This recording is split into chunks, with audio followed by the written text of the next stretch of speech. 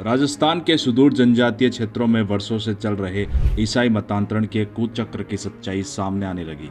आर्थिक प्रलोभन और धार्मिक दुष्प्रचार के जाल में फंसे लोगों ने अपनी जड़ों की ओर लौटने की इच्छा प्रबल हो रही है। लोग धीरे धीरे अपनी संस्कृति, परंपराओं और आस्था को पुनः अपनाकर अपनी वास्तविक पहचान की ओर लौट रहे हैं। ऐसी ही सुखद अनुभूति देने वाली कहानी बांसवाड़ा जिला मुख्यालय से 60 किलोमीटर दूर गांगड़तलाई पंचायत समिति के अंतर्गत ग्राम पंचायत रोड़ा के सोडाला दूदू गांव की है।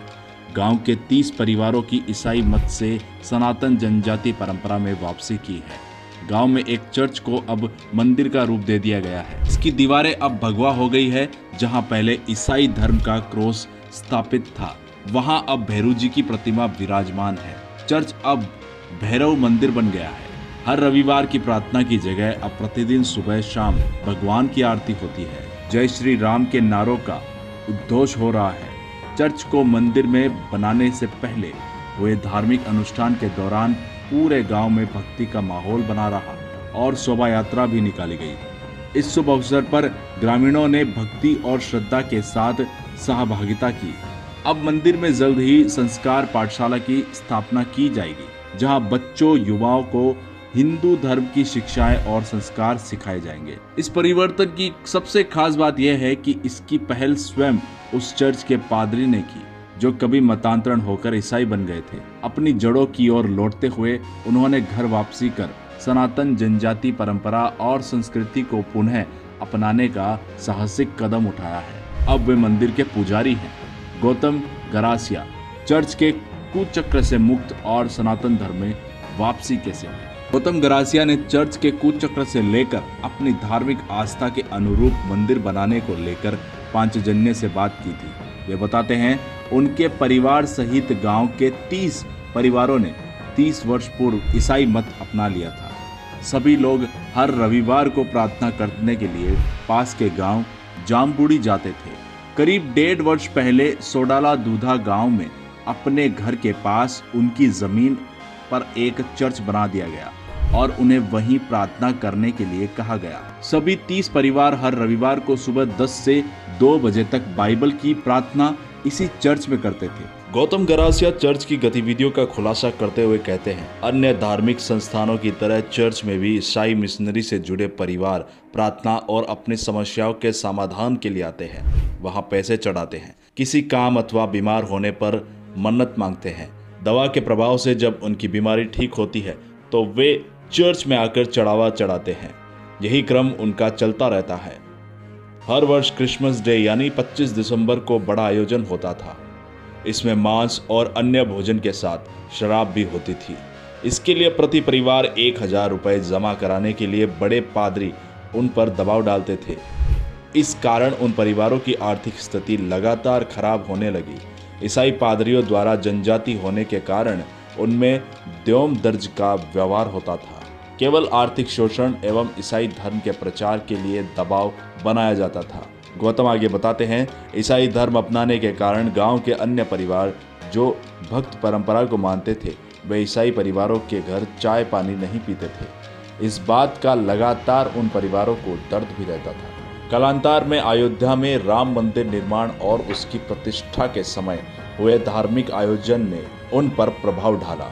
इसी के चलते गौतम ने पिछले 6 माह पूर्व 30 परिवारों सहित सनातन धर्म को अंगीकार कर लिया। उन्होंने पूर्व में संचालित ईसाई चर्च से जुड़ी हुई गतिविधियां बंद करा दी थी। गौतम गरासिया ने आगे बताया कि उनके 5 बेटे हैं और सभी के विवाह हो चुके हैं। ईसाई धर्म स्वीकार के बाद भी उन्होंने अपने 3 बड़े बेटों के विवाह हिंदू रीति परंपरा के अनुसार मंडप में करवाए थे, लेकिन अंतिम 2 छोटे बेटों के विवाह बड़े पादरियों के दबाव में चर्च में जाकर ईसाई रिवाज से संपन्न कराए। सनातन धर्म में वापसी करने वाले गौतम गरासिया कहते हैं, मैं हिंदू ही था, लेकिन ईसाइयों द्वारा प्रलोभन और पैसा देकर हमें ईसाई बनाया गया। अब मैं पुनः सनातन धर्म में लौट आया हूँ, तो मैं सभी भटके हुए भाइयों को फिर से सनातन धर्म में लेकर जाऊंगा। सनातन धर्म में आकर मुझे आध्यात्मिक और मानसिक शांति प्राप्त हुई। गौतम और उनके परिवार के इस निर्णय से न केवल उनके जीवन में बदलाव आया, बल्कि आसपास के गांवों में भी जागरूकता का एक नया वातावरण बना। ये बदलाव गांव में एक नई चेतना और आत्म निर्णय की भावना को जन्म दे रहा है। गौतम की घर वापसी से ईसाई मिशनरियों में काफी बेचैनी है। वे घर वापसी कर रहे परिवारों पर ईसाई मत न छोड़ने का दबाव भी बना रहे हैं। स्वयं गौतम बताते हैं, जब मैंने ईसाई समाज के पास्टर से बात की और बताया कि अब हिंदू धर्म अपनाने जा रहा हूं, तो पास्टर ने मुझे फोन करके कहा कि मैं गलत कर रहा हूं। लेकिन अब गौतम और उनके साथ घर वापसी करने वाले सभी परिवार अपने निर्णय पर अडिग है। यदि ईसाई समाज की ओर से कोई दबाव बनाया जाता है तो वे कानूनी कार्रवाई करने को भी तैयार हैं। बांसवाड़ा के सामाजिक कार्यकर्ता विष्णु बुनकर बताते हैं, जब जनजाति बंधुओं ने आर्थिक मजबूरी के चलते ईसाई मत स्वीकार किया था, लेकिन वे अपने भीतर की सनातन आस्था को नहीं छोड़ सके।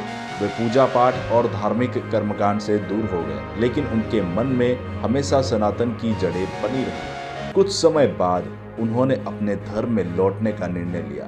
यह घटना दर्शाती है कि आजकल लोग सनातन धर्म के प्रति जागरूक हो रहे हैं और अपनी पहचान को फिर से खोज रहे हैं। दूसरी ओर पहले ईसाई मिशनरियों द्वारा अंग्रेजी दवाइयों का पाउडर यीशु का प्रसाद बताकर भोले भाले लोगों को भ्रमित कर दिया जाता था। वे दावा करते थे कि इस पाउडर को खाने से उनकी बीमारी दूर हो जाएगी, लेकिन अब उनकी सच्चाई सामने आने लगी। जनजाति समाज को सतर्क करते हुए हिंदू युवा जनजाति संगठन के जिला अध्यक्ष कमलेश डामोर कहते हैं, ईसाई मिशनरियों भारत में सदियों से भ्रम की स्थिति पैदा कर रही है। ये भोले भाले लोगों को धार्मिक और आर्थिक लालच देकर मतांतरण करते हैं। इसीलिए मेरा निवेदन है कि इन मिशनरियों के जंगल में न फंसे और अपनी संस्कृति की ओर लौटें। गांगड़ तलाई के दूदू गांव के परिवारों ने भी घर वापसी की, क्योंकि ईसाई मिशनरियों ने उन्हें गुमराह किया था। बाद में उन्हें अपनी महान संस्कृति का एहसास हुआ और फिर वे अपने मूल धर्म की ओर लौट आए। हालांकि सोटला दूदा वासियों को अपने निर्णय तक पहुंचने में लगभग 30 वर्ष का समय लगा। उनका यह साहसिक कदम न केवल उनके जीवन में सकारात्मक बदलाव लाया, बल्कि आसपास के गांव में जागरूकता और प्रेरणा का संचार भी कर रहा है। अब गांव के लोग मतांतरण की वास्तविकता को समझने लगे हैं और महसूस कर रहे हैं कि केवल आर्थिक प्रलोभन के कारण अपने मूल मत से भटकते थे। आज वे अपनी पहचान और धार्मिक मूल्यों के प्रति अधिक सचेत हो रहे हैं। ये परिवर्तन आत्मगौरव और पुनर्स्थापित करने वाला है। जनजाति अंचल में मतांतरण करने वाले ईसाई मिशनरी मुख्य रूप से उन आदिवासी परिवारों को लक्ष्य करते हैं जो शारीरिक या मानसिक परेशानी से जूझ रहे होते हैं। दूर दराज के जंगलों और पहाड़ियों में बसे इन परिवारों की स्थिति का फायदा उठाकर मिशनरी गुप्त रूप से अपना प्रभाव बनाते हैं। अशिक्षा भी इसमें एक बड़ी भूमिका निभाता है, क्योंकि जनजाति बहुल इलाकों में अब भी शिक्षा की कमी है, कारण लोग जागरूक नहीं हैं और बच्चों को मजदूरी में लगा दिया जाता है। संगठन से जुड़े लोग हिंदू जनजाति भजनों की जगह अपने धर्म के गीतों का प्रचार करते हैं और धर्म सभाओं में ज़्यादा से ज़्यादा दान देने के लिए प्रेरित करते हैं, जिससे प्राप्त धन का उपयोग मतांतरण गतिविधियों में किया जाता है। शुरुआत में गांव के ही किसी व्यक्ति को पादरी बनाकर विश्वास जीतने की कोशिश की जाती है, लेकिन चर्च स्थापित होने के बाद बाहरी पादरी प्रार्थना सभाओं कराने लगते हैं, जिससे मत परिवर्तन की प्रक्रिया और तेज हो जाती है।